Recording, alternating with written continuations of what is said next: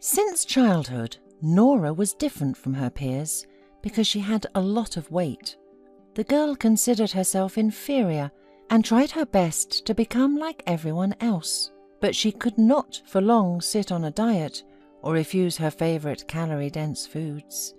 After graduating from high school, Nora became a teacher and got a job as an elementary school teacher. Working with children was much easier for her than with adults because there was much less bitterness and prejudice in their hearts.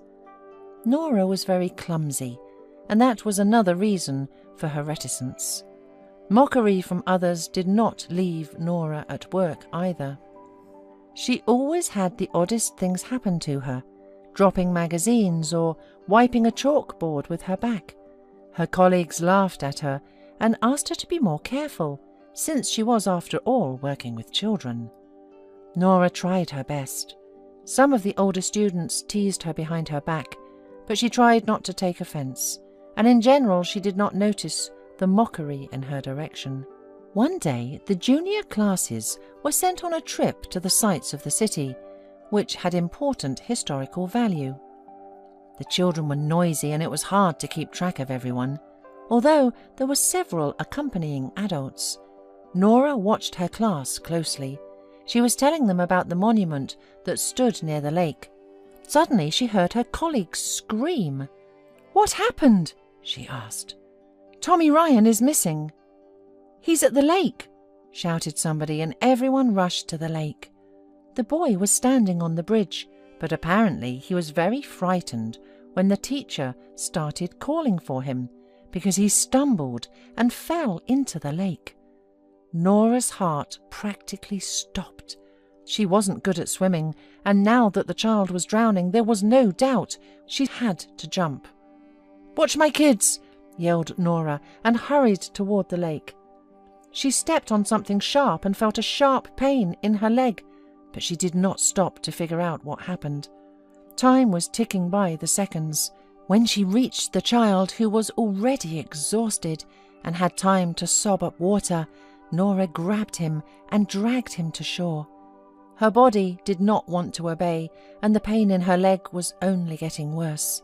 When she reached the shore, Nora gave him first aid to keep the water out of his lungs.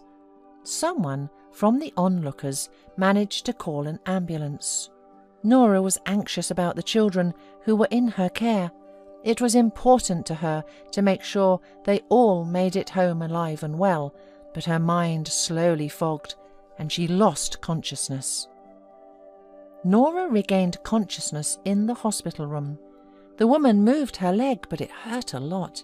She remembered everything that had happened and sobbed softly. She looked at the nightstand, but there was no phone. "I hope someone took my purse," thought Nora. "Good morning." She heard a pleasant male voice and looked up. The doctor walked over to her bed, put a chair next to it, and sat down. "Yesterday you lost a lot of blood. How are you feeling now?" Nora shrugged her shoulders. "My leg hurts a little." Of course, she was downplaying it, because her leg hurt a lot. "The nurse will give you a painkiller. You hurt your foot a lot. I don't know what exactly you stepped on in the lake, but we did give you a tetanus shot as a precaution. The wound has been cleaned, but will need to be treated until it is fully healed. You'll have to stay in the hospital for 5 days. Nora pressed her lips together. She couldn't imagine how the children would manage without her. They will assign a new teacher, of course, but they were getting ready for the fall festival. They had planned the show together, and now they would have to get used to a new teacher and most likely learn new roles. "And the boy? There was a boy with me," worried Nora. "He was taken home yesterday by his parents. They asked me to thank you. By the way, your mother is waiting in the hallway. You can see her after the examination." The examination didn't last long, but all the while Nora was wishing that she had been given an anesthetic as soon as possible. She was beginning to shake from the pain. The doctor frowned, examining her leg. "Will it be all right?" asked the woman cautiously. "It will be. I won't say it's going to be easy, but we'll heal the leg. You are a heroine. Your colleagues told me how bravely you rushed to save the child. It's a feat, I might say." Nora shook her head. She didn't consider it a feat, because any person who thinks a little bit more than just about himself would have done the same. Nora attributed her colleagues' behaviour to their confusion. After the injection, her mother was allowed to go in to her daughter, and they talked for a long time about how everything had happened and about how much admiration her colleagues now spoke about Nora. But she didn't care whether they admired her or not. She was afraid of what might have been if she had not been afraid of the depths and her poor swimming skills. She had succeeded in saving the child, and that was the most important thing. The doctor's daily visits became routine. Nora liked Wilson, but she could not even let her sympathy prevail because she thought that a man like him would never look at someone like her. "Nora, you're very kind and brave," the doctor would say relentlessly when he was coming to check on her.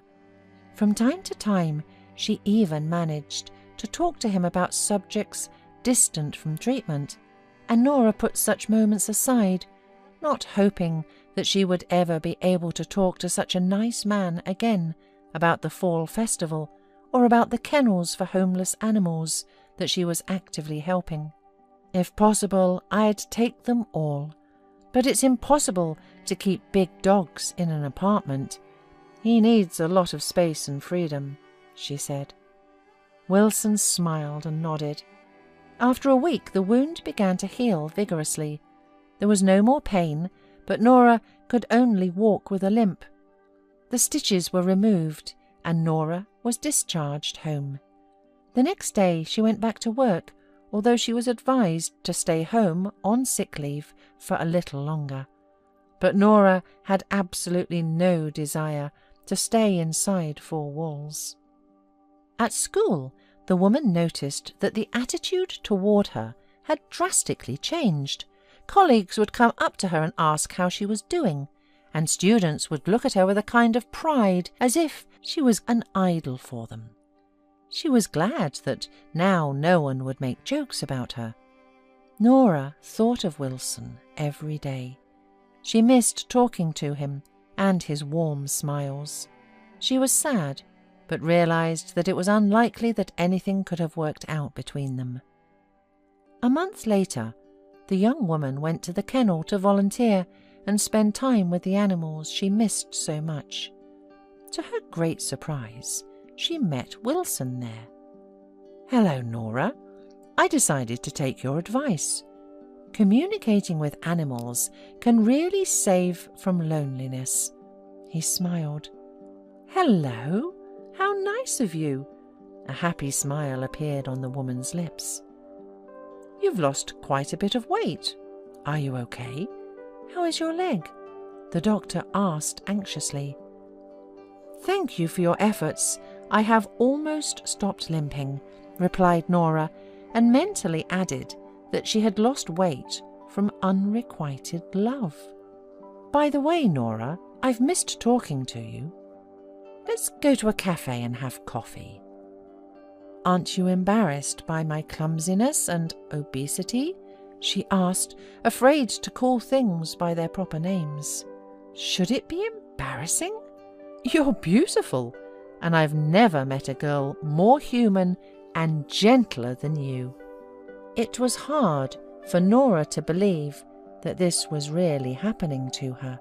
But after a year of relationship, Wilson was able to make Nora accept and love herself for who she was. And his love was the best motivation for her to change for the better. And she could pull herself together, start taking care of her health, and finally buy clothes a couple of sizes smaller that she had always dreamed of.